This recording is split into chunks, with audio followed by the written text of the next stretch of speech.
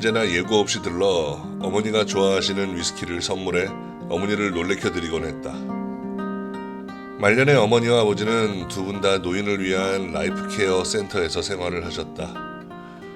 부분적으로는 어머니의 알츠하이머 병에서 받는 스트레스 때문이기도 했지만 아버지 역시 병을 얻어 더 이상 어머니를 돌볼 수가 없으셨다. 두 분은 떨어진 방에서 따로 생활했지만 여전히 가능한 한 늘 함께 하셨다. 두 분은 서로를 너무나 사랑하셨다. 머리가 희끗희끗한 두 연인은 다정하게 손을 잡고 다른 노인분들의 방을 방문하면서 복도를 거닐곤 하셨다. 두 분은 라이프 케어 센터의 소문난 연인이셨다. 어머니의 상태가 나빠지고 있음을 알고 나서 나는 어머니에게 감사의 편지를 썼다. 나는 어머니에게 내가 얼마나 어머니를 사랑하는지 말씀드렸다. 그리고 내가 잘할 때 매사에 너무 고집을 부려 걱정을 끼쳐드린 것에 대해 사과를 했다. 나는 어머니가 정말 훌륭한 어머니셨으며 어머니의 아들인 것이 자랑스럽다고 말했다. 오랫동안 말하고 싶었지만 너무 고집센 나머지 말하지 못했던 사랑의 감정들을 전하고자 시도한 것이다.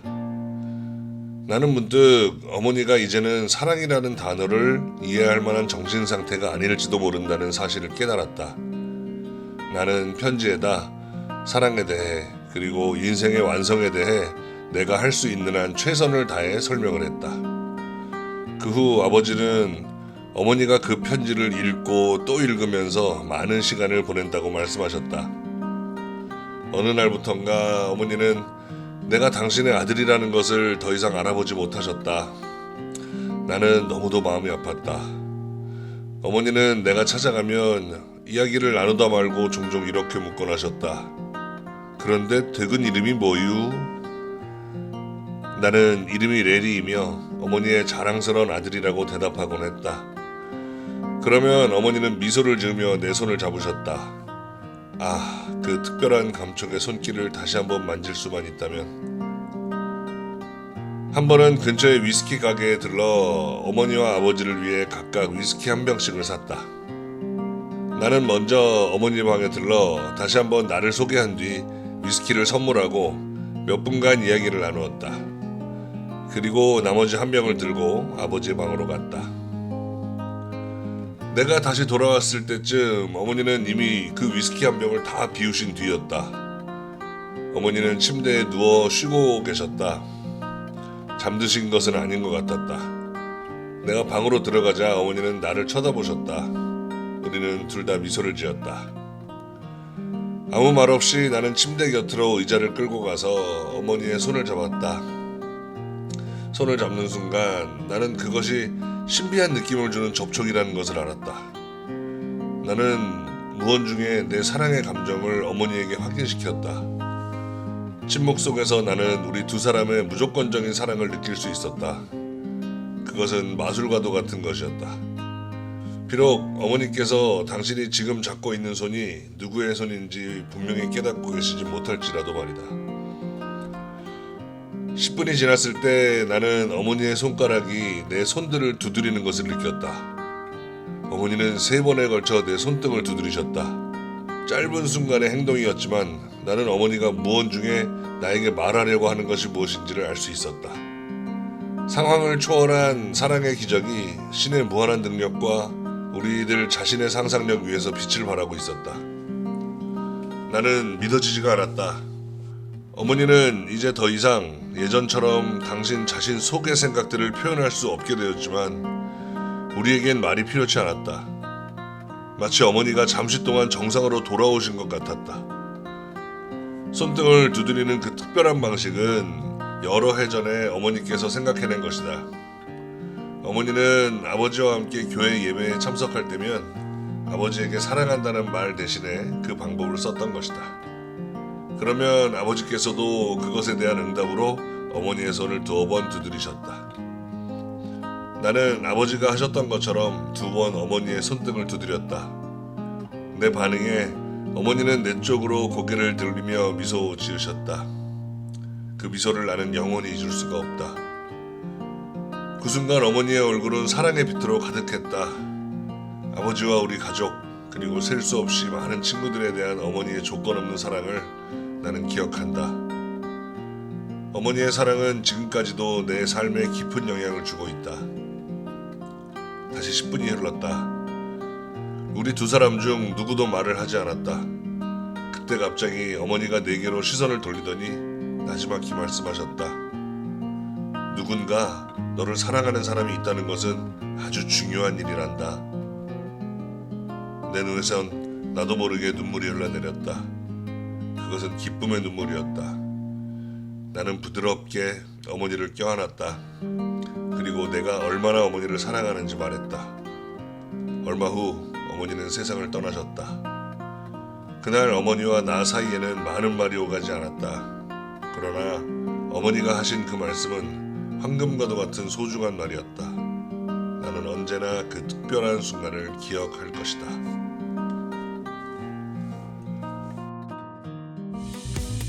안녕하세요. 좋은 아침입니다.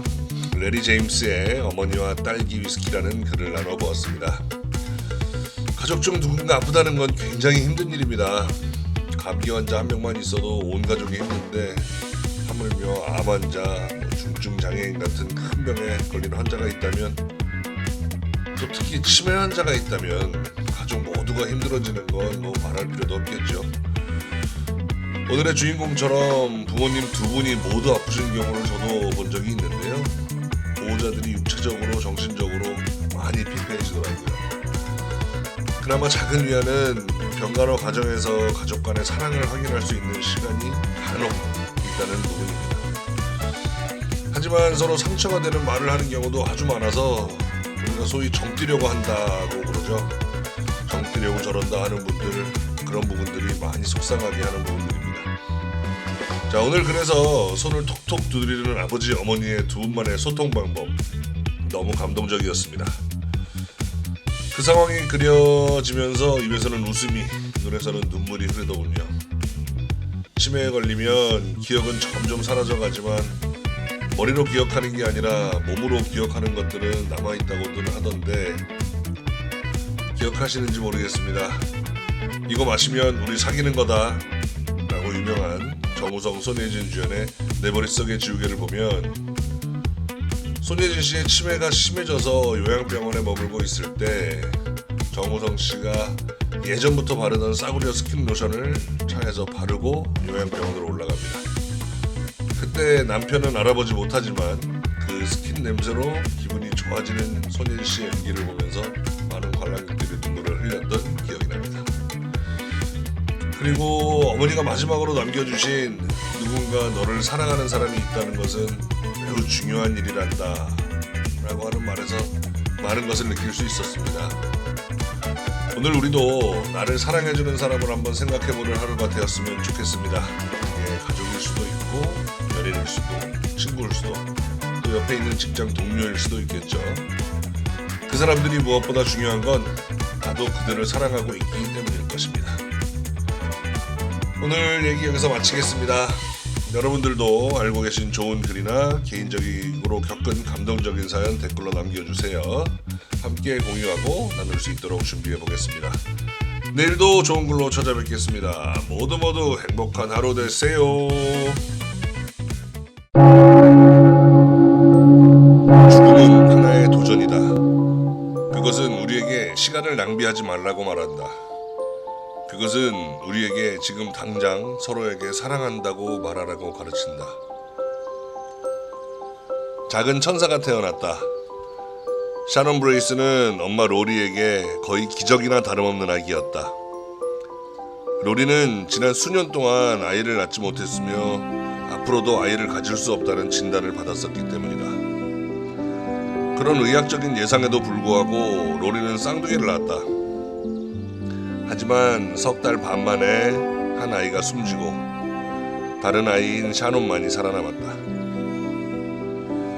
샤논 역시 불과 3살 반이라는 나이에 암 진단을 받았다.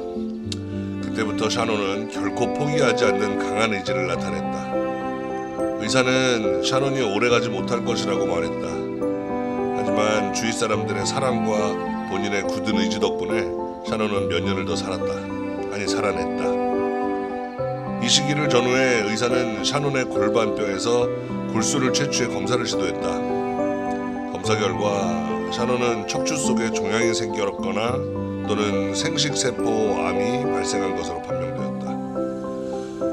매년 전국적으로 암에 걸리는 아이가 7,500명쯤 되는데 그 중에서 생식세포 암인 아이는 단 1%인 75명밖에 되지 않는다. 그만큼 샤논이 걸린 병은 희귀한 병이었다.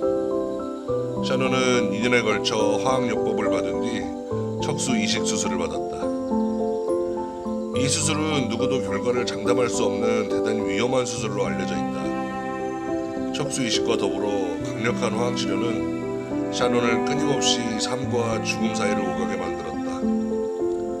화학요법을 받고 나면 샤논은 평생 걸을 수 없고 팔다리가 마비될 것이라는 의사의 경고가 있었다. 그러나 의사의 예측은 빗나갔다. 샤논은 몸무게가 불과 10.8kg밖에 나가지 않았지만 어쨌든 걸었다. 엄마 로리는 말한다. 그 아이의 의지는 정말 아무도 믿을 수가 없을 정도였어요. 샤논의 용기는 모두를 놀라게 했다. 샤논은 어떤 절망적인 상황에서도 포기하는 법이 없었다. 그 결과 샤논은 산타클라라 미인 대회에서 용기 있는 사람에게 주는 특별상을 받기도 했다. 샤논의 병명이 밝혀질 무렵 샤논의 아버지 레리가 오토바이 사고로 불구가 되는 일을 당했다. 목과 척추와 두 다리가 부러지는 큰 부상이었다. 샤논과 함께 줄곧 집안에서 지내야만 했던 레리는 이렇게 말했다. 샤논은 살고자 하는 강한 의지를 갖고 있어요. 사람들의 생각이 틀렸다는 걸 증명해 보이고자 했지요. 샤논의 가족 모두는 희망을 잃지 않으려고 노력했다. 샤논은 겉으로만 봐서는 전혀 자신이 죽어가고 있음을 알고 있는 아이로 보이지 않았다. 언제나 케어하라고 주위 사람들에게 관심과 사랑을 쏟았다. 스탠퍼드 의료센터에 머물고 있는 동안 샤논은 어른들이 평생 동안 겪는 것보다 더 많이 자신이 사랑하는 친구들을 저 세상으로 떠나보냈다. 의식이 뚜렷할 때면 샤논은 한밤중에 깨어나 똑바로 앉아서 부모를 붙들고 자신을 하늘나라로 보내지 말아달라고 부탁을 했다. 부모들은 생각했다. 나도 너와 약속할 수만 있다면 얼마나 좋겠니. 때론 샤논은 대단히 직선적이었다. 하루는 엄마와 함께 슈퍼마켓에 들렀을 때 어떤 다정한 남자가 집진 농담삼아 말했다. 대기 아드님이 시원하게 머리를 깎으셨군요. 샤논이 즉각적으로 대답했다. 아저씨, 저는 여자아이고요. 암에 걸려서 곧 죽을지도 몰라요. 어느 날 아침 샤논이 심하게 기침을 하자 엄마가 말했다. 아무래도 다시 스탠퍼드 병원으로 가는 게 좋겠다. 샤논이 빽소리를 질렀다. 싫어요. 난 괜찮단 말이에요.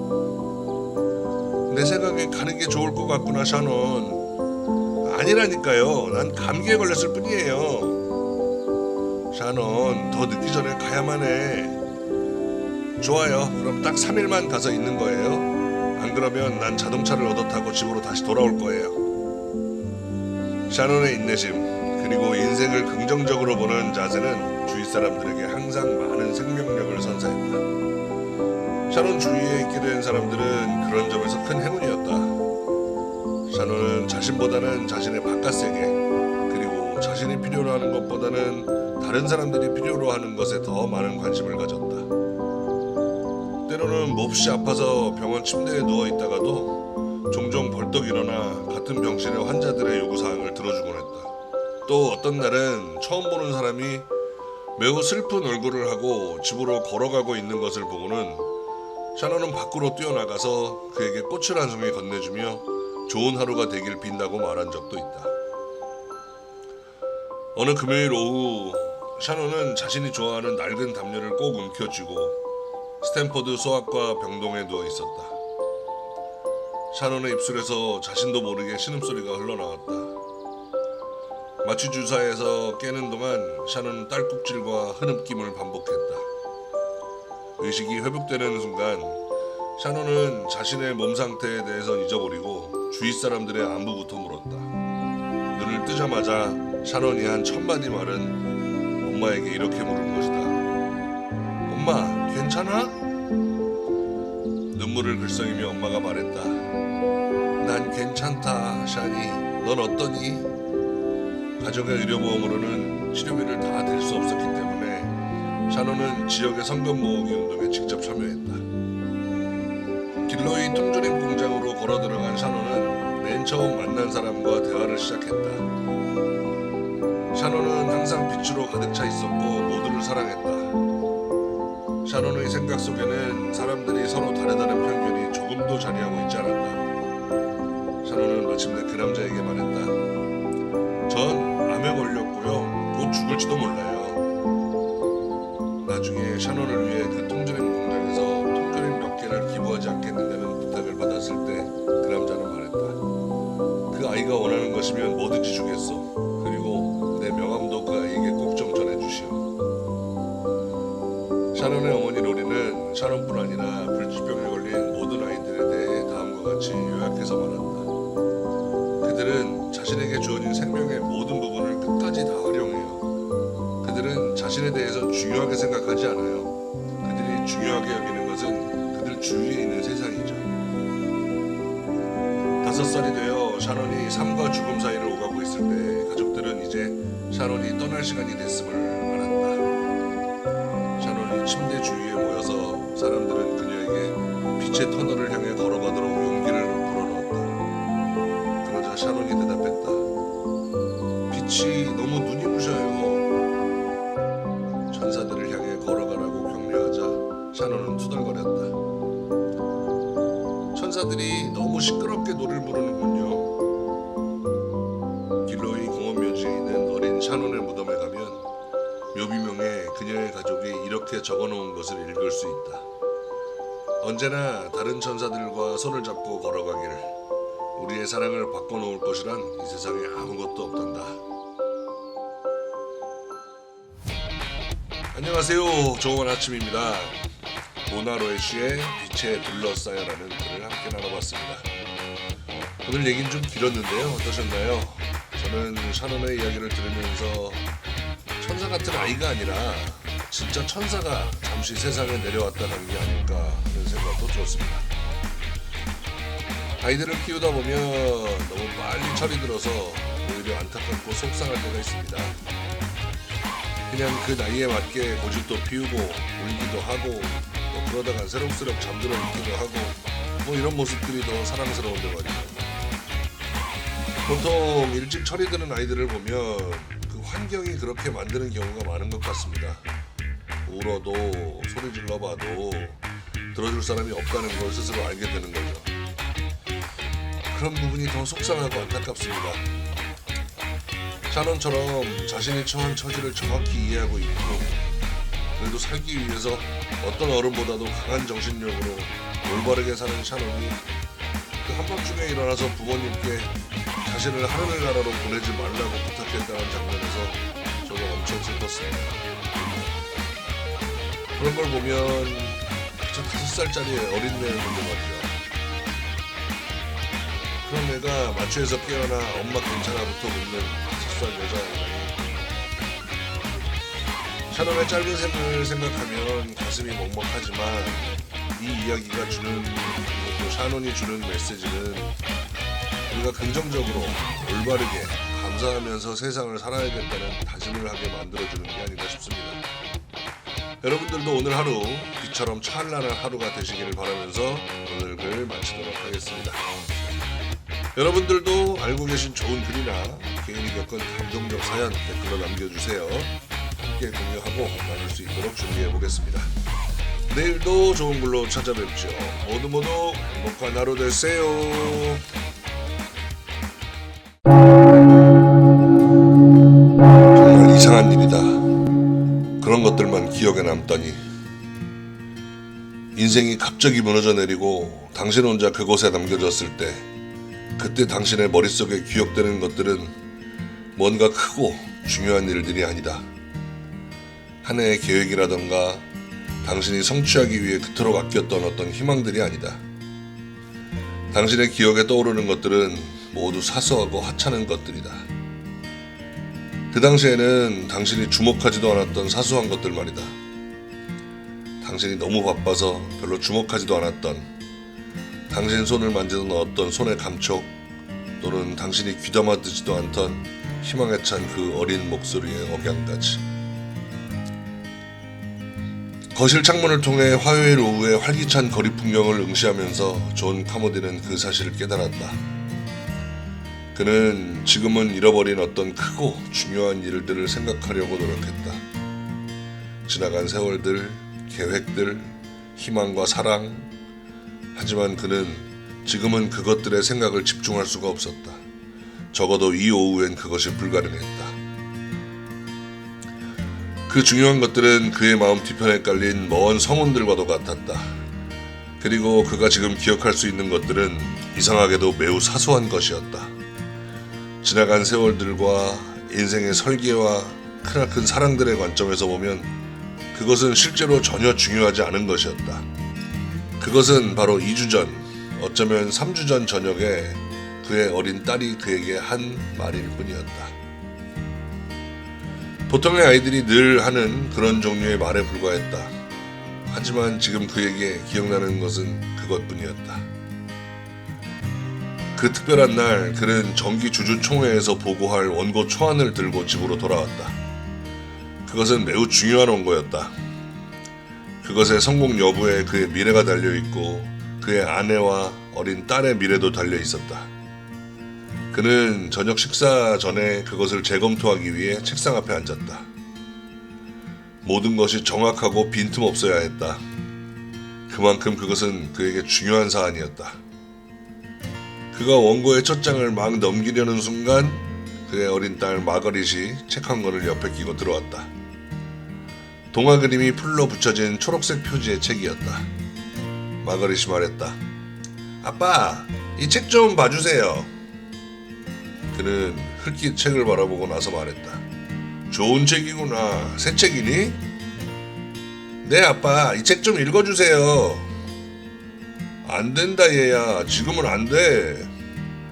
그가 주주들에게 보고할 공장의 기계 교체에 대한 문장을 검토하고 있는 동안 마거릿은 그 자리에 그냥 서 있었다.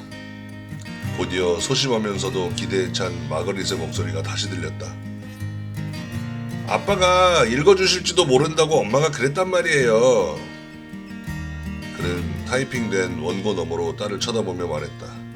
미안하다 얘야. 책은 엄마가 읽어주실 거야. 난 지금 무척 바쁘거든. 마거릿이 공손히 말했다. 아니에요. 엄마가 훨씬 더 바쁘세요. 한 가지만 읽어주세요. 그림이 있어요. 정말 예쁜 그림이죠 아빠? 오 그래 예쁜 그림이구나. 정말 잘 그린 그림이네. 하지만 아빠는 오늘 밤 할 일이 있단다. 다음번에.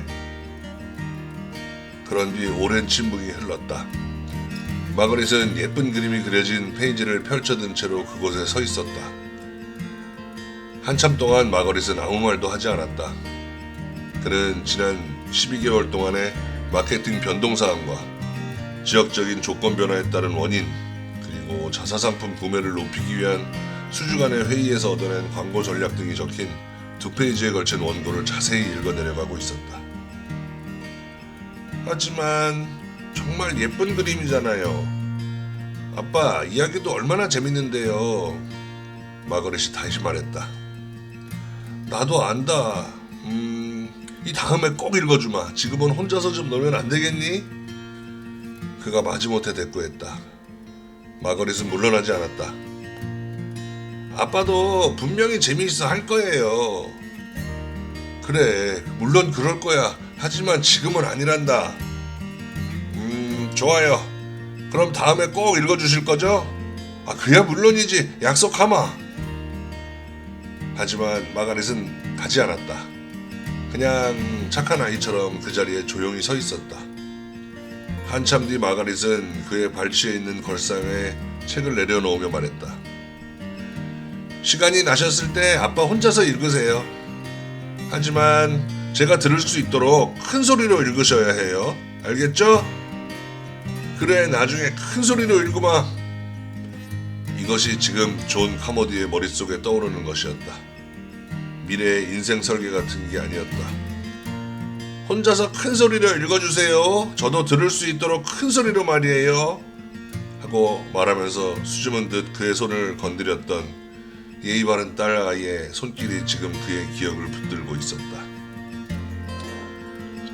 그래서 그는 마거릿이 쓰던 장난감들이 쌓여있는 구석의 테이블에서 그 책을 집어들었다. 그 책은 이제는 새 책이 아니었다. 초록색 표지에는 얼룩이 생겼다. 그의 책을 들어 예쁜 그림이 그려진 페이지를 펼쳤다. 이야기를 읽어내려가는 동안 그의 입술은 글을 읽느라 고통스럽게 일그러졌다. 그는 더 이상 아무 생각도 할 수가 없었다. 늘 그랬던 것처럼 인생의 중요한 것들, 미래에 대한 그의 신중한 계획들, 그런 것들을 아무것도 기억할 수 없었다. 그리고 잔뜩 술에 취해 중고차를 몰고 거리를 질주한, 지금은 살인죄로 감옥에 갇힌 그 미친 운전사에 대한 증오의 감정도 잠시 동안 잊을 수 있었다.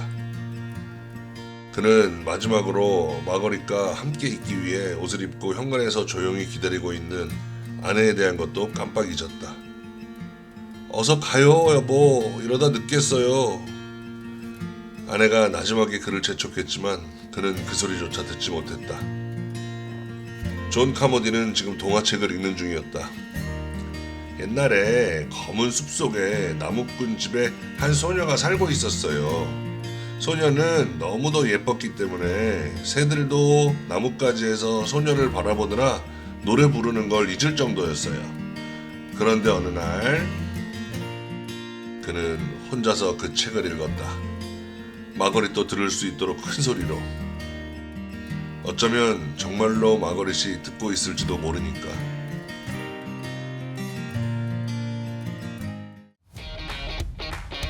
안녕하세요. 좋은 아침입니다. 잭 캠빌드와 마크 빅터 한센이 지은 부탁이에요 아빠라는 글을 오늘 아침 함께 나눠봤습니다. 오늘 함께한 글 읽으면서 저는 마음이 움찔움찔했습니다. 저도 실제로 책 읽어달라는 딸의 부탁을 이 핑계 저 핑계로 미룬 적이 많거든요. 아니면 그래도 나왔던 것처럼 엄마에게 미루던지 말이죠. 오늘은 꼭 책 한 권 읽어줘야겠다는 생각을 했습니다. 우리가 살면서 중요한 일에 우선순위를 따져보자면 가족의 일, 집안일들은 자꾸 후순위로 밀리게 되는 경우가 많습니다. 가족이니까 괜찮겠지. 내가 누굴 위해서 이렇게 일하고 있는데 이런 마인드에서 출발하는 오류일 것입니다. 이제 우리도 마음을 좀 바꿔야 할 때가 아닌가 싶습니다. 가족이니까 더 챙겨야 하고 더 중요하게 생각해야 하지 않을까요? 모든 것에는 다 때가 있습니다. 자녀들이 언제까지고 엄마 아빠에게 먼저 말 걸어주고 책 읽어달라 하고 놀아달라 할 것 같으세요? 아이들이 나를 필요로 할 때 그때 함께 해줘야 합니다. 지금 함께 할 수 있는 시간을 만들어 보세요. 성공하고 나서 잘해주면 된다? 언제요? 그때 되면 누가 당신하고 놀아준답니까? 진짜 나중에 후회하지 말고 가족과 함께 하시기 바랍니다. 산책도 하시고 여행도 가시고 영화도 보시고 그러려고 저희가 열심히 사는 거 아닙니까? 나중에 잘 살기 위한 게 아니고요. 지금 좀 더 사람답게 살려고 말이죠. 자, 오늘도 화이팅입니다. 여러분들도 알고 계신 좋은 글이나 개인이 겪은 좋은 감동적인 사연 있으면 댓글로 남겨주세요. 저희가 함께 공유하고 나눌 수 있도록 준비해 보겠습니다. 내일도 좋은 글로 찾아뵙겠습니다. 모두 모두 행복한 하루 되세요.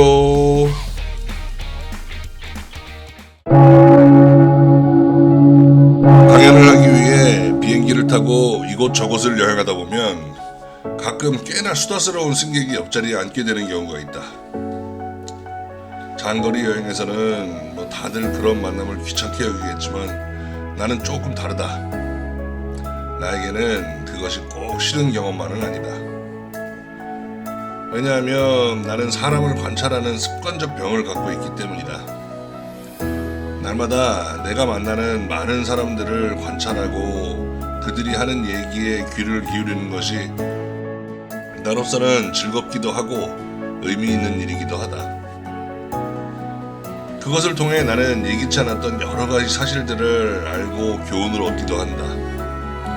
나는 그동안 많은 사람들로부터 슬픈 이야기, 기쁜 이야기, 두려움과 환희로 채워진 이야기들을 들어왔다.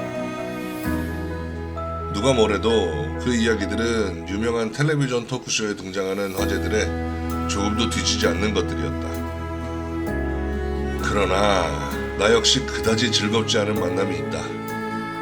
세상에 대한 자신의 불만을 터뜨리거나 정치적인 견해를 주장하는 사람과 장시간 옆자리에 앉아 여행을 하는 경우가 그것이다. 그렇게 되면 600마일을 비행하는 동안 꼼짝없이 붙어 앉아 그의 성실한 청중이 되어줘야만 한다. 그날도 그런 날 중에 하나였다. 옆자리에 앉은 50대 백인 남자는 비행기가 이륙하자마자 상투적인 주제를 갖고 세상의 불행한 사태에 대해 긴 논설을 펴나가기 시작했다. 나는 아예 포기하고 잠자코 그의 주장을 들어줄 수밖에 없었다. 요즘 세상의 젊은 것들이란, 그는 10대를 포함한 모든 젊은이들의 비뚤어진 행동 방식에 대해 사정없이 비난을 퍼붓기 시작했다. 그것도 막연한 증거를 갖고 모든 청소년이 잘못되고 타락한 형태를 집중 공격했다. 그의 주장은 다분히 텔레비전 9시 뉴스에서 본 편파적인 내용들의 바탕을 둔 것이라고 말할 수 있었다. 마침내 비행기가 인디애나폴리스 공항에 도착하자 나는 곧장 호텔로 향했다.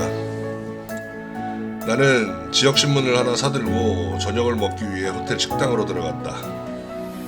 주문한 음식이 나오기를 기다리면서 무심코 신문을 펼쳐들었을 때였다. 신문 안쪽 페이지에 사진과 함께 작은 토막 기사가 난눈에 띄었다. 내용을 읽어보니 내가 판단하기에 그것은 토막 기사 정도가 아니라 당연히 일면 톱뉴스로 실렸어야 마땅할 매우 중요한 사건이었다. 인디애나주의 작은 마을에서 일어난 일이었다. 15세의 소년이 뇌종양으로 고통받고 있었다. 소년은 계속해서 방사능 치료와 화학요법을 받았다. 그 결과 소년은 머리카락이 모두 빠지고 말았다. 당신은 어떨지 모르지만 내가 그 나이에 그렇게 됐다면 나는 남의 시선 때문에 창피해서 학교를 제대로 다니지 못했을 것이다. 이때 소년의 같은 반 친구들이 자발적으로 그를 돕기 위해 나섰다. 모든 학생들은 자기들도 삭발을 하게 해달라고 자신들의 부모에게 부탁했다.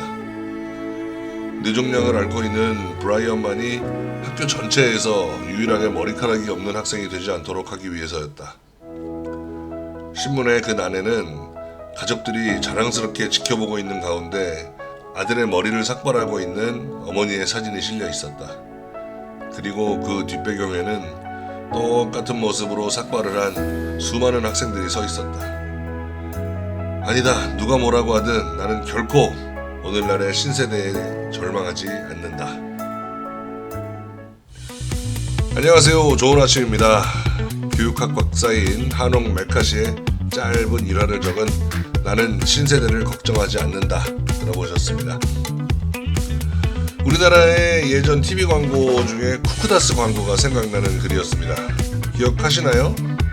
아마 명세빈 씨였던 것 같은데, 난 오늘 친구를 위해 머리를 깎았다? 이런 식의 카피였던 것 같은데요. 머리를 삭발한 명세빈 씨가 이렇게 수줍게 웃는 모습으로 큰 사랑을 받았던 기억이 납니다. 당시 광고도 파장이 어마어마했었는데요. 위에 글 마지막 부분에 나오는 신문 기사를 저도 보진 못했지만 그 사진 속에 머리를 깎고 있는 소년이나 그 뒤로 서 있는 수많은 삭발을 한 학생들, 또 머리를 깎고 있는 아들을 바라보는 어머니, 모두의 표정이 정말 밝고 행복해 보였을 거라는 건 보지 않아도 눈에 그려지는 부분입니다. 요즘 애들 싸가지 없다는 말은 동굴 벽화에도 써있다는 말이 있을 정도로 모든 세대에서 나오는 말이긴 합니다. 하지만 최근 뉴스에서 접하는 기사들은 정말 심각하다는 생각을 하게 만드는데요. 저는 이런 부분이 언론의 문제도 조금 있다고 생각하는 사람입니다. 물론 교권이 심각하게 무너지고 있다는 뉴스나 또 집단 따돌림이나 학교 폭력으로 자살하는 친구들의 기사를 볼 때는 기성세대로서 반성도 하게 되고 문제의식을 갖게 되는 부분이 분명히 있긴 합니다. 다만 청소년들 전체가 그런 것 같이 비춰진다는 부분에 문제가 있는 것 같습니다. 뉴스 점수만 보면 중학교, 고등학교 보내지 말아야겠다는 생각이 드니까요. 예전에 제가 교육부에서 주최하는 학교예술 교육 페스티벌이라는 행사를 정말 기획하고 연출을 맡은 적이 있었습니다. 전국 중고생들 동아리 페스티벌 같은 행사였는데요. 꽤 규모가 커서 전국에서 한 150여 개의 학교가 참여를 했고 서울에 모두 다 같이 모여서 2박 3일간 자신들이 연습해온 공연들을 선보이는 그런 시간이었는데요. 그 행사를 준비하고 실행하면서 저도 청소년들을 좀 다시 보게 된 계기가 되었습니다. 그냥 수업 안 듣고 한 3일간 놀다 와야지 이런 생각으로 참여한 청소년들이 대부분일 줄 알았었어요. 천만의 말씀이었습니다. 그 무더운 날씨에도 공연이 오르기 직전까지 연습하는 모습들이나 자신들의 공연이 끝나고 나서도 다른 학교의 친구들을 위해 객석에서 끝까지 남아서 함께 박수 쳐주고 격려해주고 하던 모습들, 하물며 공연의 퀄리티도 정말 엄청 높았었습니다. 오케스트라, 뮤지컬, 연극, 밴드, 댄스, 진짜 연출자로서 너무 즐거운 시간이었고 요즘 청소년들이 오히려 더 자기 개발에 적극적이고 미래에 대한 준비도 착실하게 해나가는구나 하는 생각이 들었었습니다. 이런 청소년들의 긍정적인 모습들, 또 선진화되어가는 의식들, 역량들 이런 것들도 좀 많이 보여줄 수 있기를 기대해 봅니다. 요즘은 특성화 학교들이 정말 잘 돼 있는 것을 보면서 참 바람직하다는 생각도 많이 해보는데요. 도예고등학교나 조리, 미용, 이미 청소년 때부터 전문적인 직업을 위해서 꿈을 키워나가는 모습을 보면 의미 없이 다니는 대학 생활보다 훨씬 나은 게 아닌가 하는 생각도 많이 들었습니다. 중요한 건 어른들의 역할 아닐까요? 문제가 있는 건 아이들을 보면 그 부모들이 더 큰 문제가 있는 경우들이 많습니다. 교감 선생님의 따귀를 때렸다는 초등학생이나 선생님한테 욕을 하는 학생들, 학교에서 자고 학원 가서 열심히 공부하는 사교육 문화들, 어른들이 바꿔줘야 아이들이 바뀔 거라 생각이 됩니다. 우리 젊은 세대들을 좀 믿어주고 아껴주고 이해해주면 정말 멋있는 어른들로 성장할 수 있을 거라 생각됩니다. 욕만 하지 말고요, 이쁘게 한번 바라봐 주자고요. 오늘 얘기 여기서 마무리 짓겠습니다. 오늘도 화이팅 하세요. 여러분들도 알고 계신 좋은 글이나 개인이 겪은 감동적인 사연 댓글로 남겨주세요. 함께 공유하고 나눌 수 있도록 준비해 보겠습니다. 내일도 좋은 글로 찾아뵙겠습니다. 모두 행복한 하루 되세요. 그 숙녀의 이름은 니키다. 그녀는 우리 집이 있는 길 아래쪽에 산다. 나는 지난 수년 동안 이 어린 숙녀에게서 인생의 많은 교훈을 얻었다.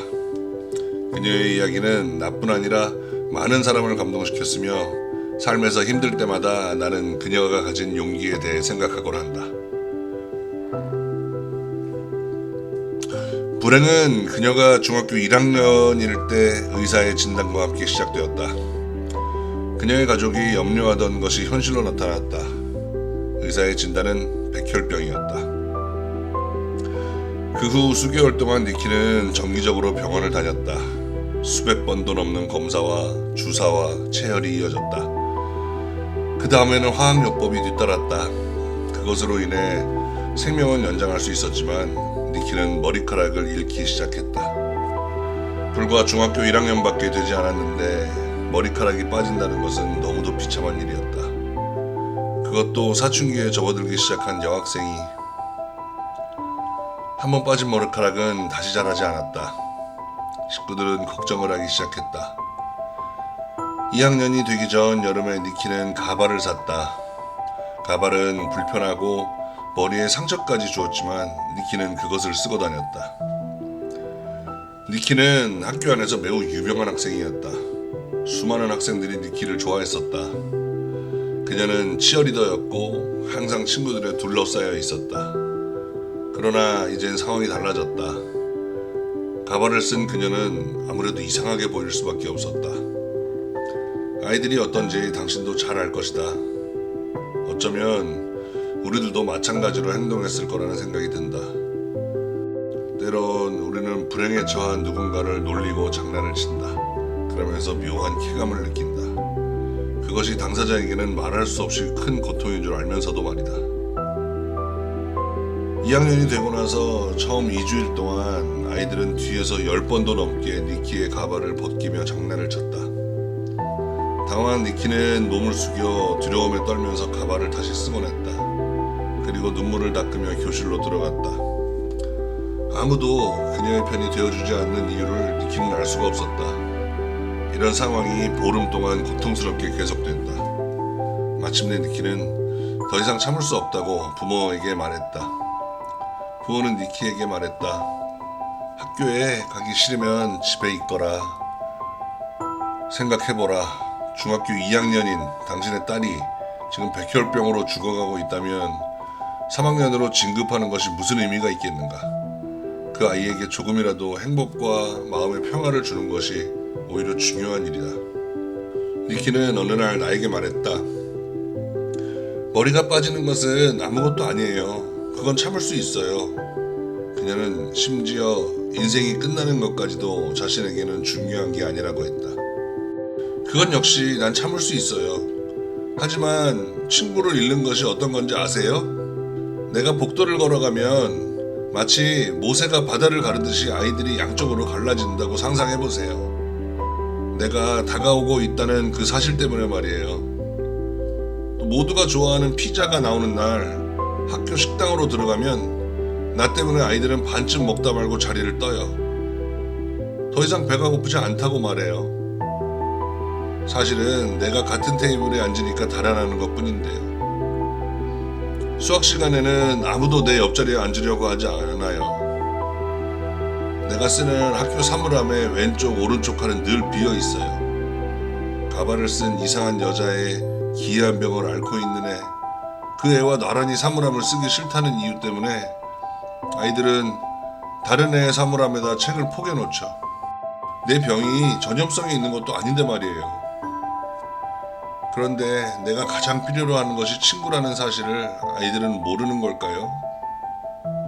하나님을 믿는다면 영원한 삶이 무엇이라는 걸 알기 때문에 난 죽는 게 두렵진 않아요. 머리카락이 빠지는 것도 아무것도 아니에요. 하지만 친구를 잃는다는 건 정말 견딜 수 없는 일이에요.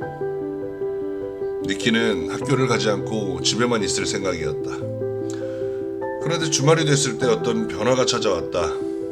니키는 우연히 초등학교 6학년과 중학교 1학년인 두 소년에 대한 이야기를 듣게 됐다. 그들의 이야기가 니키에게 큰 용기를 주었다. 중학교 1학년인 소년은 알칸사스주에 살고 있는데 학교에 갈 때 허주머니 속에 작은 신약 성경책을 넣고 다녔다. 어느 날 3명의 소년이 다가와 성경책을 움켜잡으며 말했다. 너 계집애지? 종교는 계집애들이나 관심 갖는 거야. 기도는 계집애들이나 하는 거라고. 다시는 이 성경책 학교에 갖고 오지 마라. 그러자 소년은 그중 가장 덩치가 큰 학생에게 성경책을 건네주며 말했다. 너라면 단 하루도 이 성경책을 들고 학교에 다닐 수 있겠어? 어디 그럴 만한 용기가 있으면 보여줘봐. 니키에게 용기를 준 그 다음 이야기는 오하이오에 사는 초등학교 6학년의 지미 마스터 디노라는 소년이었다. 지미는 캘리포니아주의 공식 표어가 유레카라는 사실을 알게 되었다. 그리고 자신이 사는 오하이오주에는 아무런 공식적인 표어가 없다는 것에 불만을 느꼈다. 그래서 지미는 6단어로 된 삶을 변화시킬 수 있는 문장 하나를 생각해냈다. 그는 그 표어를 시민들에게 보여주며 혼자서 충분한 양의 서명을 받아냈다. 수많은 청원서와 함께 지미는 그것을 주지사에게 제출했다.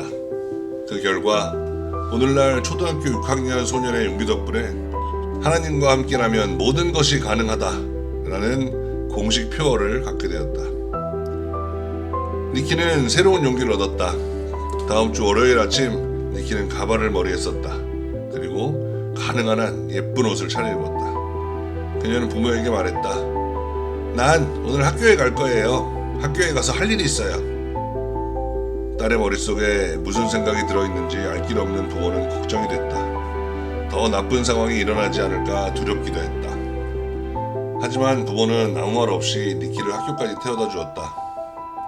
지난 몇 주일 동안 니키는 차에서 내릴 때마다 엄마와 아빠를 껴안고 키스를 하곤 했었다. 그것은 다른 아이들이 보기에는 흔치 않은 행동이었다.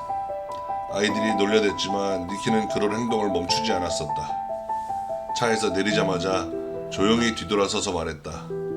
엄마, 아빠, 내가 오늘 무슨 일을 하려는지 알아맞혀 보세요. 니키의 눈에는 눈물이 어려 있었다. 하지만 그 눈물은 기쁨과 생명의 의지에서 나오는 눈물이었다. 그렇다. 앞으로의 일에 대한 두려움은 있지만 니키에게는 살아갈 이유가 있었다. 부모가 물었다. 왜 그렇게까지 하니 애야? 니키는 말했다. 오늘 난 누가 나의 진정한 친구인지 찾아낼 거예요. 누가 나와 가장 친한 친구인지 꼭 알아낼 거예요. 그렇게 말하고 나서 니키는 가발을 벗어 자동차 뒷좌석에 내려놓았다. 진정한 친구라면 나를 있는 그대로 받아줄 거예요. 그렇지 않으면 나를 받아들이는 게 아니거든요. 나에게 시간이 얼마 없어요. 죽기 전에 누가 나의 진정한 친구인지 꼭 알아야만 해요. 니키는 학교를 향해 걸어갔다. 2걸음을 걸어간 뒤 니키는 다시 부모를 돌아보며 말했다. 저를 위해 꼭 기도해 주세요. 부모는 말했다. 물론이지 하고 말고. 니키는 600명의 학생들 속으로 당당하게 걸어 들어갔다. 니키의 아버지가 뒤에서 말했다. 그래, 저 애가 바로 내 딸이야. 그날 기적이 일어났다. 니키가 운동장을 지나 교실로 들어가는 동안 아무도 니키를 못살게 굴지 않았던 것이다. 한 명도 진정한 용기를 가진 이 소녀를 놀릴 수가 없었다. 니키는 수많은 사람들에게 자기 자신이 되어야 한다는 단순한 진리를 가르쳤다. 신이 준 자신의 능력을 사용하고 불확실한 삶과 고통과 두려움 속에서도 자신이 옳다고 생각하는 것에 편에 서는 것이야말로 삶을 사는 진정한 길임을 깨우쳐 주었다. 그 후 니키는 고등학교를 졸업했다. 그리고 얼마 후에는 다들 불가능할 것처럼 여겼던 결혼까지 하게 되었다. 니키는 지금 자랑스러운 딸아이의 엄마이며 그 아이의 이름은 내 막내딸과 이름이 같은 에밀리다. 삶에서 불가능하게 생각되는 것이 내 앞에 들이닥쳤을 때 나는 니키를 생각하고 다시금 용기를 얻는다.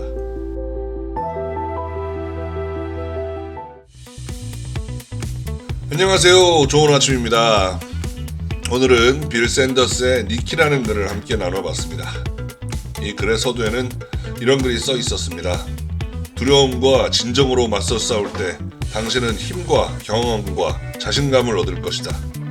당신은 당신이 할 수 없다고 생각하는 그 일을 해야만 한다. 엘리노어 루즈벨트가 남긴 말이라고 하는데요. 우리가 살면서 두려움과 맞서 싸울 용기를 가져본 적이 있으신가요? 쉽지 않은 일입니다. 그야말로 용기라는 게 필요한 건데 용기를 내기에 저희는 따져야 할 것들이 너무 많죠. 미움을 사면 어떻게 하나, 그러다가 회사를 잘리면 어쩌나, 그럼 우리 집사람은, 우리 애들은, 이런 생각들이 꼬리에 꼬리를 물게 됩니다. 그러다 보니 우리는 그럭저럭 봐도 못 본 척, 못 봐도 아는 척, 또 대세의 흐름대로 그냥 그렇게 살아가게 됩니다. 정말 어떨 때는 비겁하고 초라한 내 모습에 화가 날 때도 있고 또 실망스러울 때도 있지만 가족을 위해 이렇게 살아가는 것도 일종의 용기가 아닐까 스스로 위안을 해봅니다. 때론 어린아이들이 더 잔인하다고들 하죠. 자신의 말이나 행동으로 상대방이 상처를 받을 수 있다는 걸 모르기 때문에 잔인한 겁니다. 오늘의 글을 보면서 장난치고 괴롭히던 니키의 친구들을 뭐라 할 게 아니고 어른들이 어느 정도는 개입이 되었어야 하는 게 아닌가 하는 안타까운 마음도 들더라고요. 친구의 아픔과 배려를 알게 되면 며칠 전 이야기에서처럼 친구들이 모두 니키처럼 함께 삭발을 하고 웃으면서 학교에 다니는 이런 아름다운 모습이 만들어질 수도 있지 않았을까 하는 생각도 듭니다. 그래도 씩씩하게 스스로 이겨내고 고등학교, 또 결혼까지 하고 예쁜 아이까지 낳았다고 하니 대견스럽습니다. 우리도 오늘 하루 본의 아니게 누군가에게 상처를 주고 있진 않았나, 나의 말과 행동으로 불편해하는 사람은 없었는가 한 번씩 생각해 볼 수 있는 하루가 되셨으면 좋겠습니다. 오늘은 여기까지입니다. 여러분도 알고 계신 좋은 글이나 개인이 겪은 감동적인 사연 댓글로 남겨주세요. 함께 공유하고 나눌 수 있도록 준비해 보겠습니다. 내일도 더 좋은 글로 찾아뵙도록 하겠습니다. 모두 행복한 하루 되세요.